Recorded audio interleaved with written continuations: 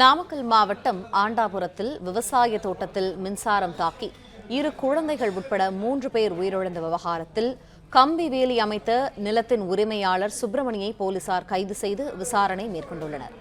இது தொடர்பான கூடுதல் தகவல்களை எமது செய்தியாளர் பரத்குமார் வழங்க கேட்போம். பரத்குமார், வணக்கம். முழு விவரங்கள் என்ன? நாமக்கல் மாவட்டம் மோகனூர் அடுத்துள்ள ஆண்டாபுரத்தில் செல்வம் என்பவர் பருத்தி காட்டை ஒன்றை குத்தகைக்கு எடுத்து விவசாயம் பார்த்து வந்துள்ளார்.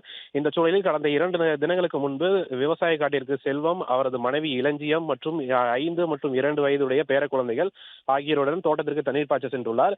அப்போது அந்த காட்டை ஒட்டியே சுப்பிரமணி என்பவர் தனது நிலத்திற்கு கம்பி வேலியும் அமைத்துள்ளார். அந்த கம்பி வேலியானது மின்சார கம்பத்தில் மீது இணைத்தவாறே அந்த கம்பி வேலியை அமைத்துள்ளார். அப்போது எதிர்பாராத விதமாக மின்கம்பத்தில் பொருத்தப்பட்டிருந்த மின் மீட்டரில் இருந்து மின்சாரமானது மின்கம்பியில் பட்டு சுப்பிரமணியின் விவசாய நிலத்தை ஒட்டியுள்ள இளஞ்சியம் தனது பேர குழந்தையும் சென்றுள்ளார். அப்போது மின்கசிவு ஏற்பட்டதை கவனிக்காமல் இளஞ்சியம் கம்பி வேலியை கை வைத்துள்ளார்.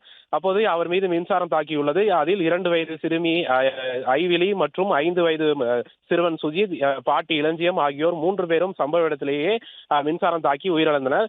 இந்த சூழலில் கம்பி வேலி அமைத்ததால் தான் மின்சாரம் தாக்கி 3 பேரும் உயிரிழந்ததாகவும், அதே போல மின்சாரம் அந்த கம்பி வேலி அமைத்த நிலத்தின் உரிமையாளர் சுப்பிரமணி மற்றும் மின்கசிவு ஏற்பட்டது குறித்து பலமுறை புகார் அளித்தும் நடவடிக்கை எடுக்காத மின்வாரிய ஊழியர்கள் மீது நடவடிக்கை எடுக்க கோரி நேற்றைய தினம் உறவினர்கள் சாலை மறியலில் ஈடுபட்டனர்.